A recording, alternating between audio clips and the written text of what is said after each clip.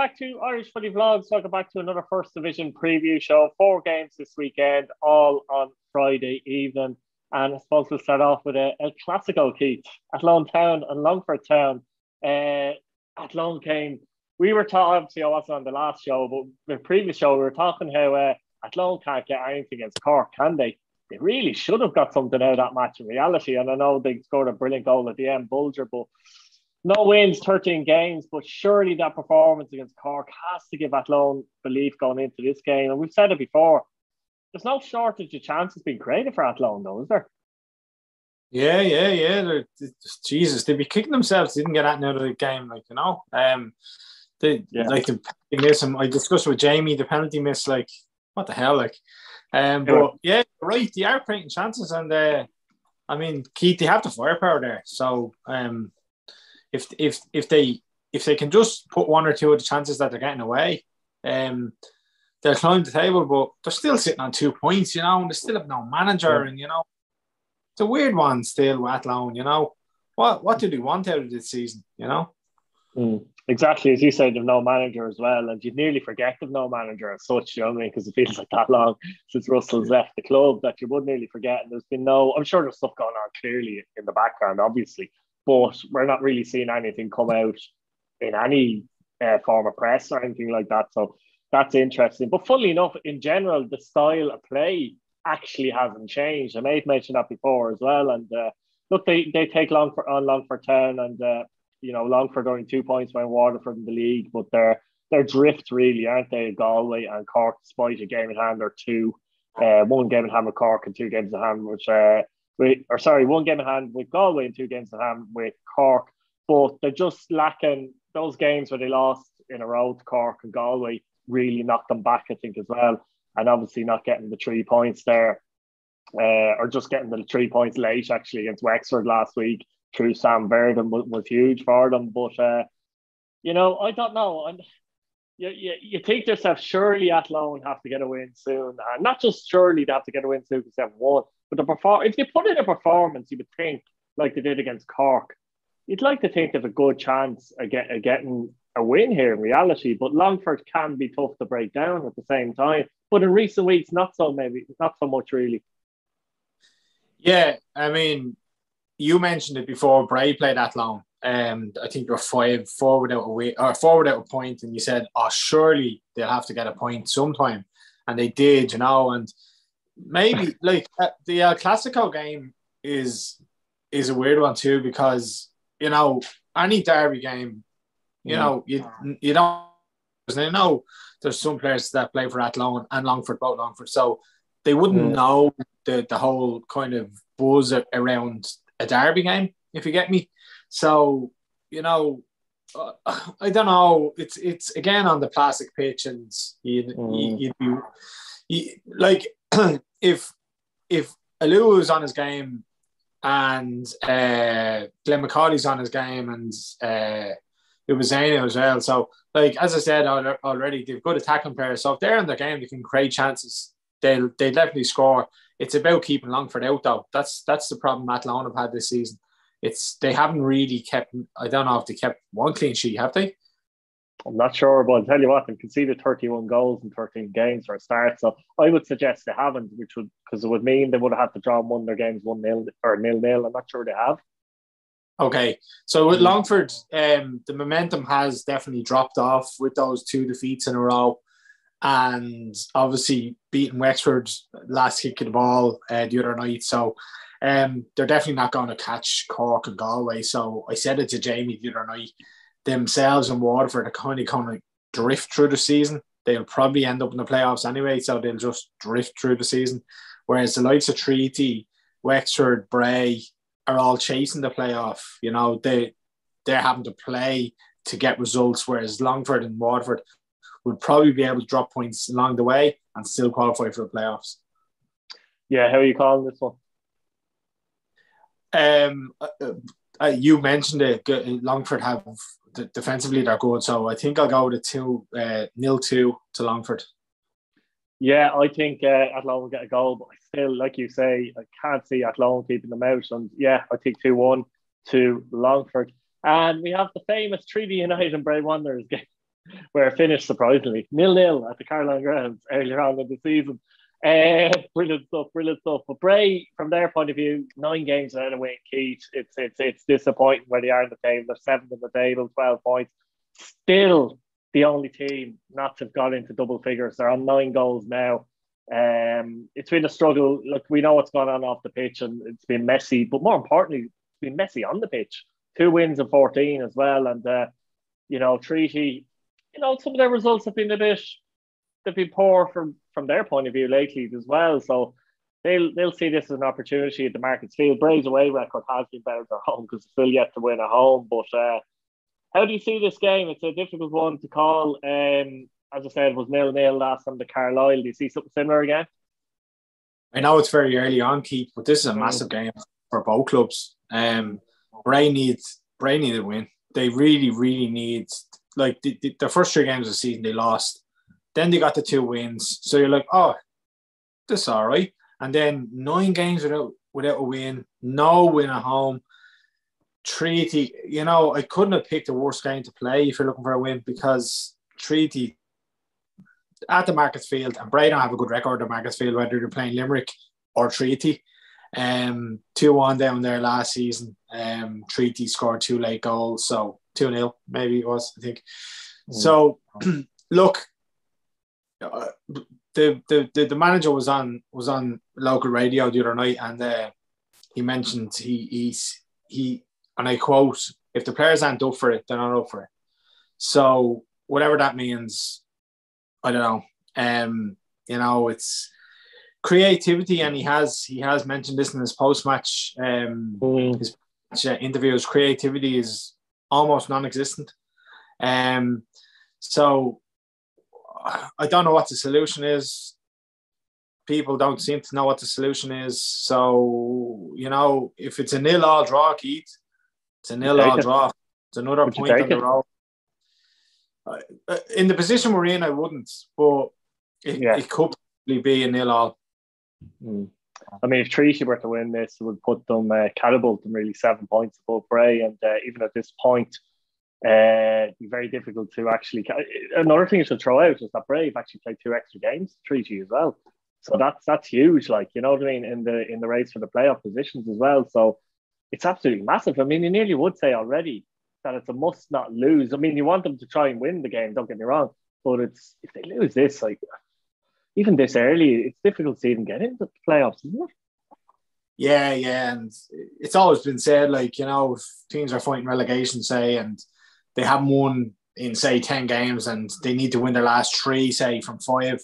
Say, you're saying to people, well, they win it, but they haven't won in 10, so how are they going to win 3 and 5, So it's exactly.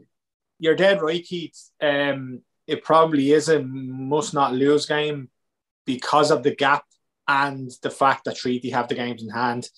I don't know what team will play for Bray.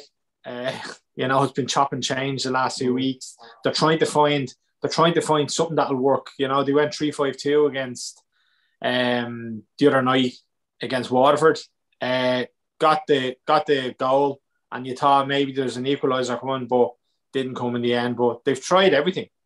In fairness, they have tried different things, but it just doesn't seem to be clicking at all. On Treaty side of things, they'll probably would they take a draw? Maybe they would, because it keeps that gap there between Bray and themselves. How are you calling it? We don't score very often, so a 1-1. I'd call it a 1-1, I think. I have to say, I fancy Treaty. I'm going to go 2-1.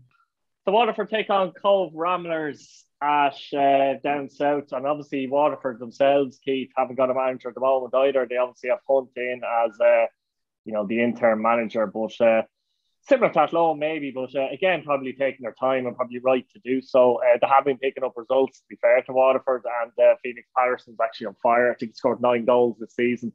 Definitely, in my opinion, a Premier Division player playing in the first division. Cobh, it's difficult for Cobh because they're 8 points off the playoffs, and they're 6 points ahead of Athlone, and they've conceded a lot of goals in the last, say, 5 or 6 games. They were quite stingy enough defensively earlier on in the season, weren't scoring goals. Now generally they're scoring goals, but they did get a bad defeat to Galway the other night. The way Waterford are playing and the way they're clicking at this minute in time, it's very difficult to come up with an argument that Cobh are going to come away with anything from the RSC, isn't it? Yeah, Waterford won 3 in a row since Ian Morris left, so it's good form. It's really good form. They came to Bray, and do you know what? They bet Bray 4-1, but it wasn't a 4-1 game. I think I mentioned that in my review. It wasn't, but like Killian Cantwell and Eddie Nolan, and unfortunately for Ian Morris, for the first however many games, 7 I think it was, Cantwell wasn't available, and he's probably one of the best centre halves in the division. And with Eddie Nolan and his experience beside him, I think it'll propel Waterford into a position that they won't catch Cork or Galway, but they'll put a little bit of pressure on them. Cobh, like you said, it's mad. It has turned around that they weren't conceding, but they weren't scoring, and now they're scoring and they're conceding as well. With Martin Drynan, we're in flying form. The goals have dried up a little bit in the last few games. Cobh, I don't know. Are they capable of getting enough results to propel themselves into the fight for a playoff place? Probably not. They probably have to get 2 or 3 wins in a row to really put themselves forward to do that. But I'm not sure. The evidence doesn't suggest they can do that because they've had 2 wins in 13. You see, it's tough, Keith, because Galway, Cork, Waterford, full-time teams, and a lot of the Cobh players be part-time and some locals playing, and it's a tough old slog when you're only training a couple of times a week, and Waterford and Galways are training whatever 3, 4, 5 times a week, So in terms of fitness, if you're going into the 70th minute and you're looking to hold to a draw, or you're looking to hold on to a slender lead, you get quite lethargic if you've only trained twice in the week, whereas the other team has trained 5 times, So not only that, some of the benches the other teams have, you're looking at some of the benches and you're going, go God at times, really. True. Cobh are a great run little setup down there, and I don't want to knock them because, they're a League of Ireland club and they've been a League of Ireland club for how many years, so it's fantastic to have that. Obviously Cork City are the bigger club in the county, but it's fantastic to have that, But in terms of getting up the league table, I mean, it was 2007 they won the first division title, I think. So it's a long time since they've kind of been in that position. So I don't know. I can't see them getting anywhere near playoffs. Yeah, as for the game itself, as I said at the start, there, it's very difficult to. I think Waterford put 2 or 3 past them, if I'm honest. No beating around the bush there, anyway.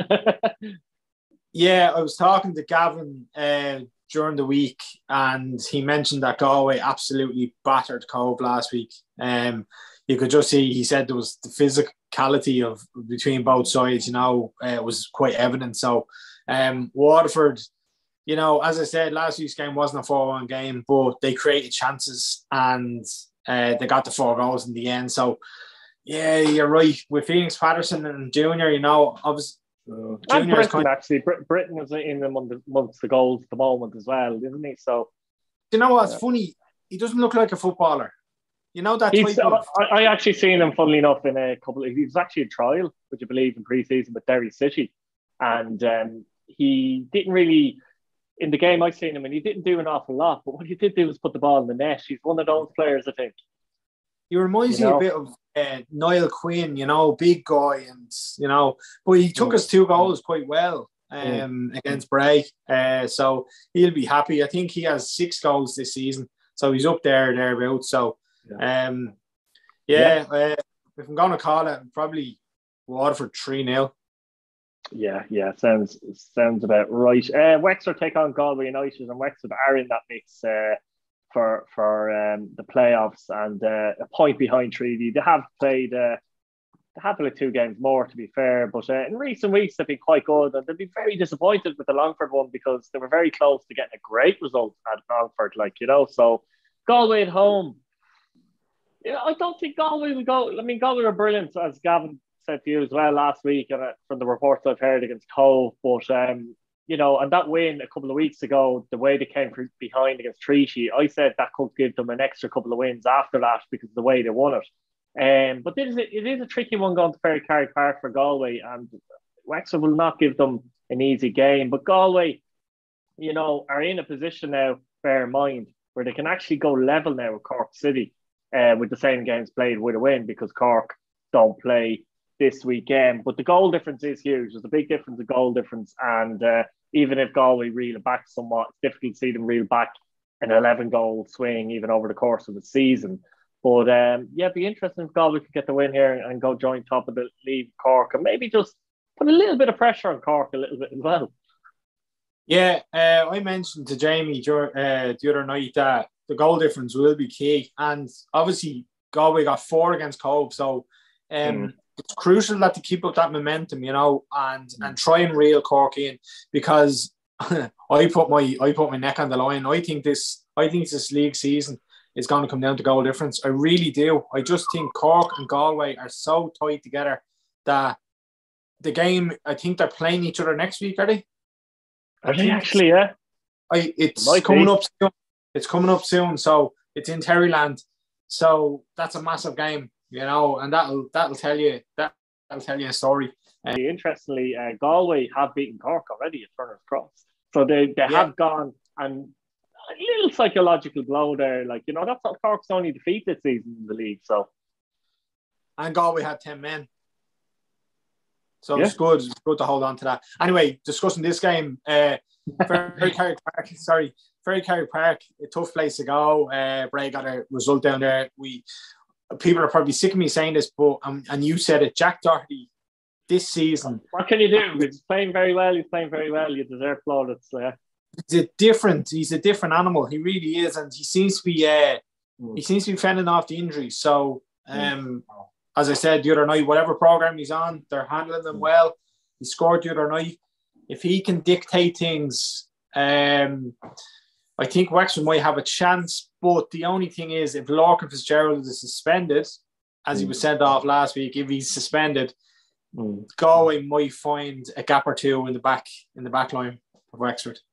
Yeah, I just think the momentum Galway are on at the moment the last 2 weeks as well, and you'll see this, as a chance to essentially do go level with Cork, and might have that extra determination. And I just think that midfield and McCormack and Hurley, they might be able to do a bit of a job on Doherty between the two of them, because they're both strong enough defensively as well. And McCarthy and Hemmings, the weeks have entered their own as well. So Dimas scored last week, get a goal. That's it as well. They're starting to get goals now everywhere in the team. Even though I keep saying it, but strikers aren't necessarily scoring for them, but they are. And you mentioned before, because of the physicality and that, they're very dangerous to set pieces. And you could be playing the game and you're not creating anything, but you'll always get a corner or two or a free kick or two in the game, and they're very dangerous to set pieces. And Wexford obviously will have to watch that big time, particularly the likes of Joe Manley and players like that. Yeah, Joe didn't play against Bray last week, so I don't know if he's in there or not. But like Killian Broder going forward, scoring set piece. Even Alex Murphy, tall guy, so and he scored against Treaty a few weeks ago. So you're dead right. They are from all over the pitch, which is good. And just to say, the 4-0 against Cobh, it wasn't a typical John Caulfield result, was it? His teams don't really blow teams away as such. He won't be happy with that, I tell you. Yeah, why are you still scoring goals? Actually 1-0 next week. So I don't know. Galway, I don't know what type of support they'll bring, because it's a long old trek to Wexford. So, but if you can get the crowd behind them, Wexford won't have many there, unfortunately. So, I'm going to call this 2-1. I think I've done a prediction 2-1 to Galway. Yeah, I'll go for Galway as well. And I'll actually go with you 2-1 as well, because I think Wexford will score. But I just take the Galway with the opportunity to go level with Cork, the determination almost to get them over the line as well, I think. But guys, can I just say, go on. Keith, as well? Conor Kearns has pulled off a couple of good saves against Longford, particularly. So he's a key player for them as well. So anything that goes at him, he keeps out the net. So it's obviously his job, but fair play to him. He's actually found his feet at Galway as well after, he was at UCD and Pats and things like that. And he's really found his feet and his home at Galway as well. And he's a physically commanding goalkeeper as well. He mightn't be the type of goalkeeper that maybe suits a team necessarily playing from the back, but for Galway, he's perfect. He's a good shot stopper and a big lad. So it's good to see him find his feet there. Guys, we'll leave it there. Let us know what you think in the comments. Subscribe if you haven't subscribed already. Hit your bell notification button.